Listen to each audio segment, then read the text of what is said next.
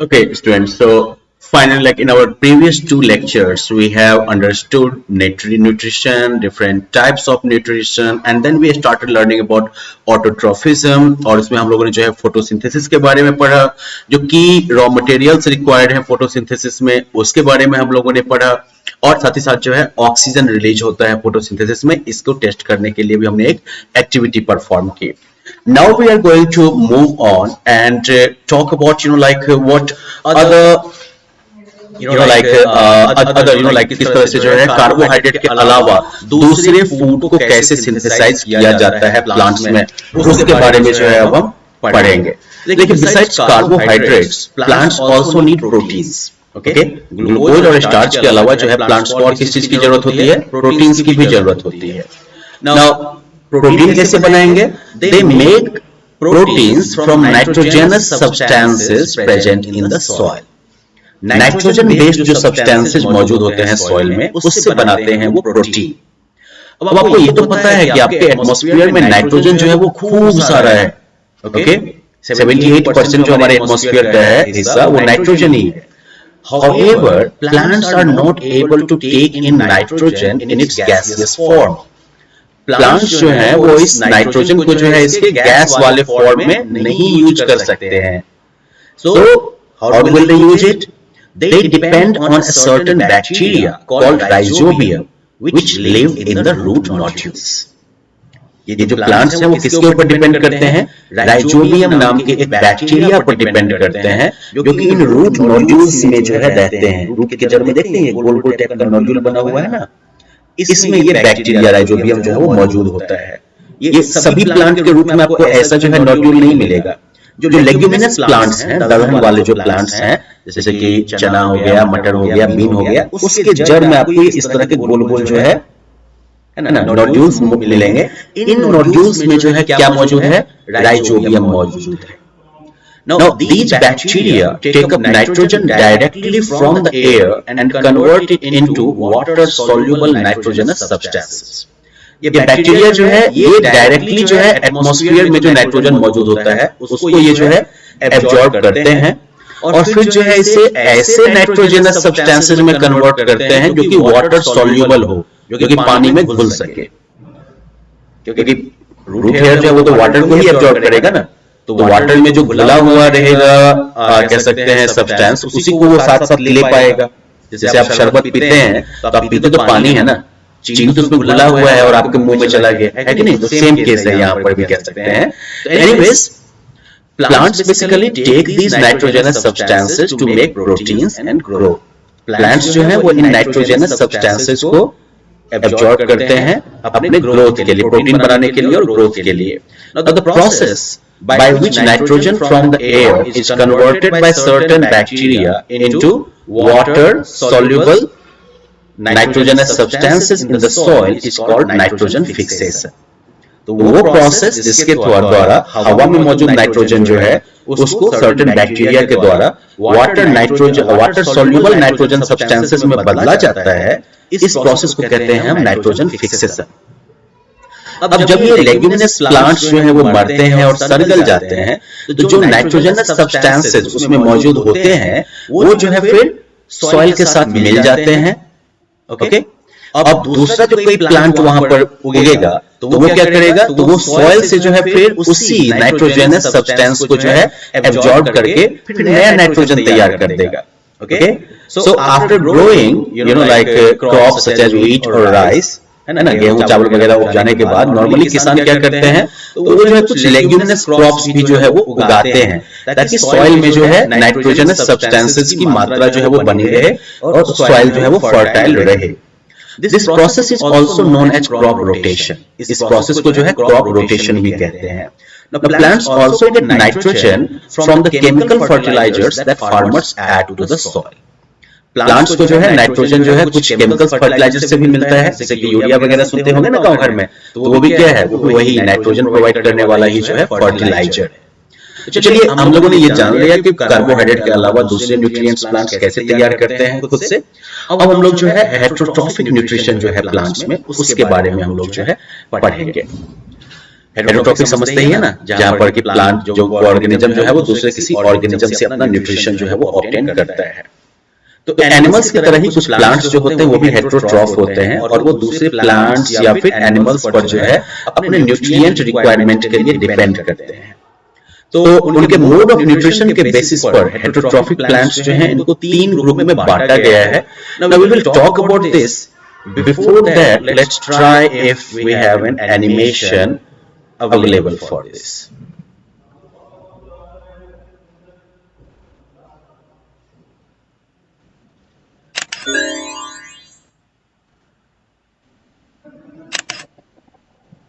Heterotrophic mode of nutrition in plants.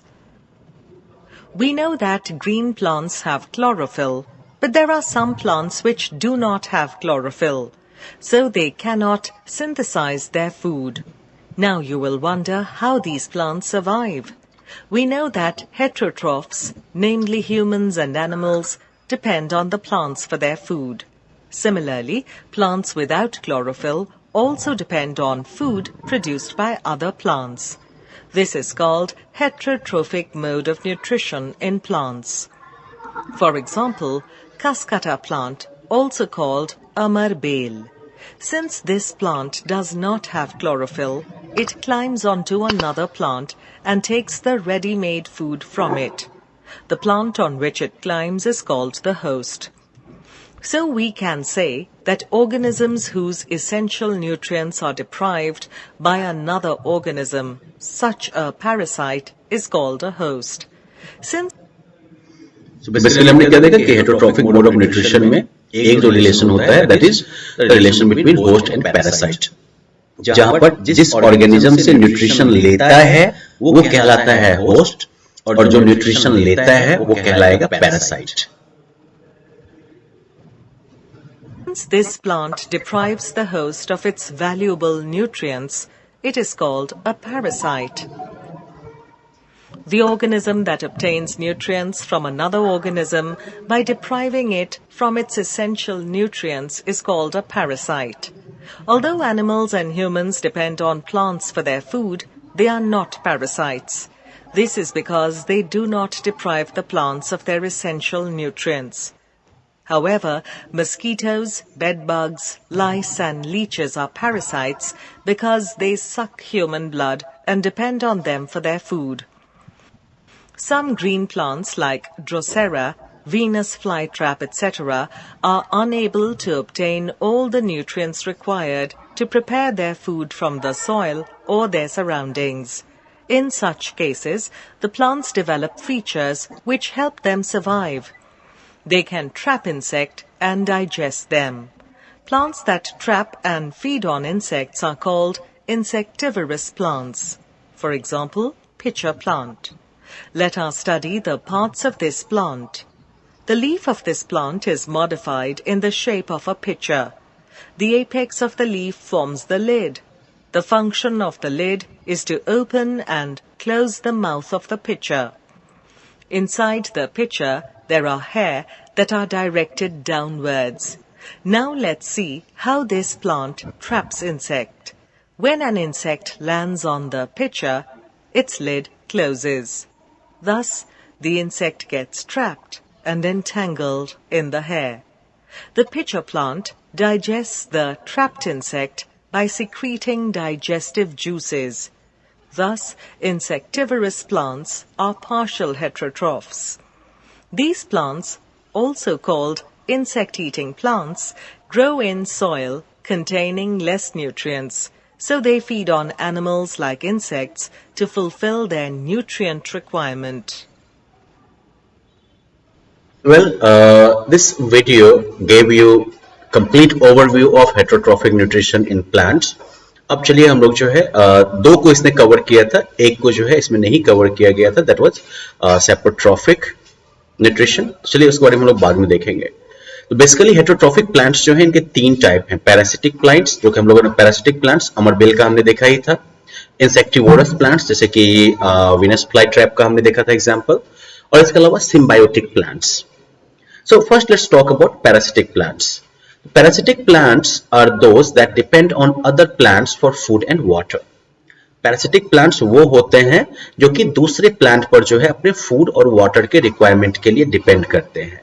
Now the plants on which the parasitic plant grows is called the host plant. Okay, तो जिस plant पर ये parasitic plant grow करते हैं तो वो plant कहलाएगा होस्ट प्लांट.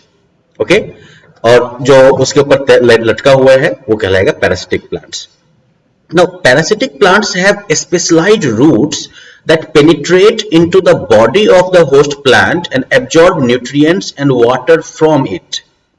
Parasitic plants जैसे कि अमरबेल वगैरह जो होते हैं, इनमें स्पेशल टाइप के रूट्स होते हैं जो कि होस्ट प्लांट के बॉडी के अंदर चले जाते हैं और वहां से जो है न्यूट्रिएंट्स और वाटर एब्जॉर्ब करते हैं.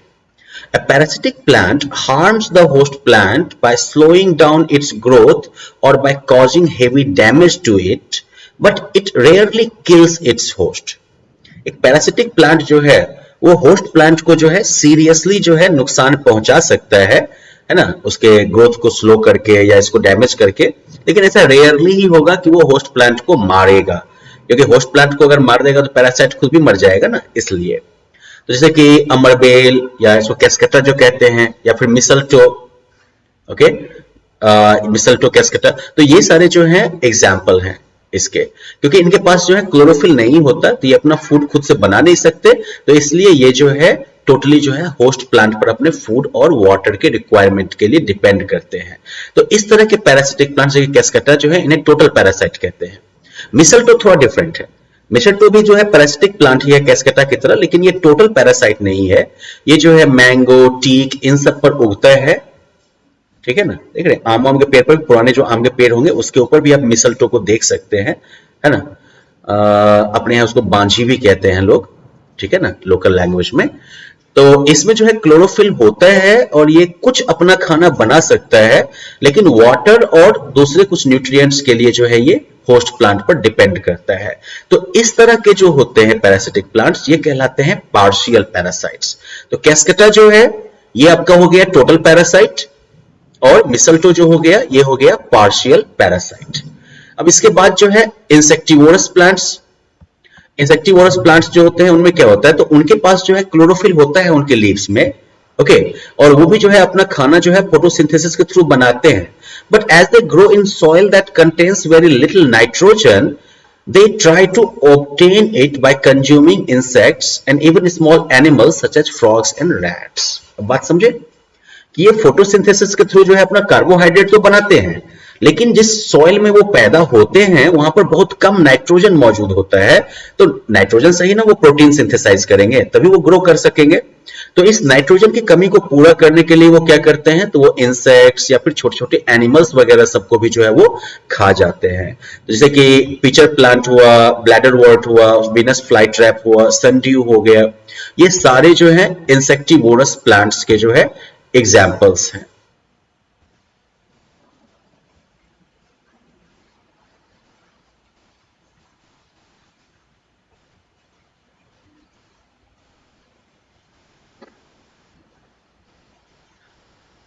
पिचर प्लांट में जो है इनके लीव्स ऐसे होते हैं जो कि बड़े बड़े जो है बीकर की तरह जो है ये बने होते हैं, और ऊपर लिड, ये वीडियो में आपने देखा भी था. ये पिचर प्लांट आपका हो गया. ये जो है ब्लैडर वोर्ट हो गए. तो ये जो है आपका वीनस फ्लाई ट्रैप हो गया तो फंस गया, है ना. और ये सनड्यू हो गया. इंसेक्ट जो होते हैं पिचर प्लांट के केस में क्या होता है कि वो इसके किनारे पर बैठते हैं इंसेक्ट्स, और उसके बाद जो है क्या होता है, चूंकि इनका सारा हेयर जो होता है वो नीचे की तरफ होता है, तो वो इजीली स्लाइड करते हुए नीचे की तरफ जा सकते हैं. और ढक्कन जो होता है, लिड जो होता है ऊपर से, वो बंद हो जाता है फिर बेचारा इंसेक्ट जो है वो अंदर ही डाइजेस्ट हो जाता है. ओके, नेपेंथिस खैसियाना ये एक पिचर प्लांट है जो कि इंडिया का नेटिव प्लांट है. ये जो है मेघालय के खासी हिल्स में पाया जाता है. खासी लोग जो है वो इसे ट्यूरैकोट भी कहते हैं, डीमन फ्लावर या डिवावरिंग प्लांट. ये इंडिजिनस प्लांट जो है वो वहां पर एक्सटिंक्शन की कगार पर है माइनिंग एक्टिविटीज की वजह से. तो ऐसे में जो है गवर्नमेंट ऑर्गेनाइजेशंस और एनजीओ जो है वो साथ मिलके जो है इस ब्यूटीफुल प्लांट को जो है बचाने का प्रयास कर रहे हैं. So well, by now I am sure that आपको पता है कि ऑटोट्रॉप्स क्या है, हेटेरोट्रॉप्स क्या है, फोटोसिंथेसिस क्या है और नाइट्रोजन फिक्सेशन क्या है. अब हम लोग जो है सिम्बायोटिक प्लांट्स के बारे में पढ़ेंगे. ये बड़े स्पेशल केसेस होते हैं. Actually, in some cases, two organisms live together for their mutual benefit. कुछ केसेस में दो जीव जो है वो एक साथ रहते हैं आपसी फायदे के लिए, म्यूचुअल बेनिफिट के लिए. Such a mutually beneficial relationship in which both the organisms are benefited is called symbiosis. तो इस तरह का रिलेशनशिप जहां पर दोनों ऑर्गेनिज्म को फायदा होता है तब इसे कहते हैं symbiosis. Okay, and organisms which live in such an association are called symbionts. और वो ऑर्गेनिजम्स जो इस तरह के सिम्बायोटिक एसोसिएशन में रहते हैं वो कहलाते हैं सिम्बायोएंट्स. जो बेस्ट एग्जांपल जो है इसका वो है लाइकन. लाइकन क्या होता है? तो lichen is composed of a particular kind of fungus and an alga. Okay, जो कि या समटाइम्स जो है ये फोटोसिंथेसाइज करने वाले बैक्टीरिया के साथ भी ये इस तरह का करते हैं, सिम्बायोसिस क्रिएट करते हैं. तो क्या हो गया? लाइकन क्या हो गया? ये दो तरह के ऑर्गेनिज्म से बना हुआ है, फंगस और एल्गा से. Now the alga contains chlorophyll and makes its own food which it shares with the fungus. Okay? Alga जो है उसके पास क्लोरोफिल मौजूद है तो जिससे ये अपना खाना खुद बनाता है और फंगस के साथ भी उसे शेयर करता है. और फंगस जो है वो एल्गा को वाटर और मिनरल प्रोवाइड करता है. तो हो गया ना सिम्बायोटिक रिलेशनशिप, दोनों का फायदा हो गया इस तरीके से. दूसरा जो एक और सिम्बायोटिक रिलेशनशिप है वो होता है फंगाई के साथ, जो कि रूट्स के जो कि ट्रीज के रूट्स में रहते हैं. तो ऐसे में ट्रीज जो है वो इन फंगाई को न्यूट्रिएंट प्रोवाइड करते हैं और ये फंगाई जो है वो ट्रीज को जो है वाटर और न्यूट्रिएंट एब्जॉर्ब करने में हेल्प करते हैं. So I hope you have understood what symbiotic relation is. And now finally we are going to saprotrophic nutrition in organisms. Saprotrophs, तो जैसे कि फंगाई, बैक्टीरिया, इन्हें जो है सेप्रोट्रॉप्स कहते हैं. रीजन क्या है कि वो जो है सड़े गले जीवों से या ऑर्गेनिजम्स से जो है अपना न्यूट्रिशन ऑब्टेन करते हैं. Okay, they obtain their nutrition from dead and decaying plants and animals. वो जो है मरे और सड़ते हुए जो है प्लांट्स और एनिमल्स से अपना न्यूट्रिशन अचीव करते हैं. कैसे करते हैं? तो these organisms secrete digestive juices on dead and decaying matter and convert them into simple soluble substances from which they are able to absorb nutrients. ये ऑर्गेनिजम्स जो है वो मरे हुए जो है मैटर के ऊपर जो है अपना डाइजेस्टिव जूस जो है वो रिलीज करते हैं. तो डाइजेशन जो है वो बाहर ही होने लगा और फिर जो है उससे जो सॉल्युबल सब्सटेंसेस में कन्वर्ट हो जाता है जब वो, तो उससे अपना वो न्यूट्रिएंट जो है वो एब्जॉर्ब कर लेते हैं. तो ये जो न्यूट्रिएंट ऑब्टेन करने का मेथड है इसे कहते हैं सेप्रोट्रॉफिक न्यूट्रिशन. तो जब भी आप देखते हैं कि कोई खाना जो है वो रखे रखे सड़ने लगता है या कोई डेड एनिमल जो बाहर में सड़ने लगता है तो वो क्यों सड़ रहा है आप समझ गए होंगे. क्योंकि जो सेप्रोट्रॉप्स हैं वो बेसिकली उसको बाहर में ही डाइजेस्ट कर रहे हैं और धीरे धीरे वो उसको डाइजेस्ट करके पूरा का पूरा खत्म कर देंगे. ओके, और हाँ एक और चीज कि फंगाई जो है वो प्लांट्स नहीं है, वो बिल्कुल एक अलग ही किंगडम है लिविंग ऑर्गेनिज्म के, जिन्हें कहते हैं किंगडम फंगाई. इनके बारे में आप लोग जो है क्लास 9 में और पढ़िएगा. अब यहाँ पर हम लोग एक एक्टिविटी क्विकली परफॉर्म कर सकते हैं. ये एक्टिविटी आप घर पे भी कर सकते हैं but you will need a mask for this. Okay, और माइक्रोस्कोप. तो ये हम इसमें एक्टिविटी के थ्रू हम ये जानेंगे कि क्या फंगस जो है ब्रेड पर ग्रो करते हैं. तो एक जो है मॉइस्ट ब्रेड का टुकड़ा लीजिए, एक बेल जार लीजिए, एक माइक्रोस्कोप लीजिए, एक स्लाइड लीजिए और एक पेयर ऑफ ट्वीजर्स लीजिए. एक स्लाइस ऑफ मॉइस्ट ब्रेड को जो है बेल जार के अंदर रखिए और इसको कुछ दिनों के लिए छोड़ दीजिए. कुछ दिनों के अंदर आप देखिए कुछ ग्रे व्हाइटिश कलर का, ग्रीन कलर का, ब्राउन कलर का जो है धागा धागा जैसा ग्रोथ इसके ऊपर होने लगता है. अब ट्वीजर्स की हेल्प से जो है इस ग्रे व्हाइट ग्रीनिश धब्बे को जो है उठाइए और इसको जो है माइक्रोस्कोप के अंदर देखिए. तो आप देखिएगा कि इसके अंदर जो है फंगस का आपको स्ट्रक्चर दिखाई देगा क्लियरली. तो जो ये कलर्ड मटेरियल आप देख रहे हैं ब्रेड के ऊपर, ये एक तरीके का फंगस है और ये दिखाता है कि फंगस जो है वो मॉइस्ट और स्टेल ब्रेड पर ग्रो करते हैं. Okay, anyway, so that brings us to the end of this chapter.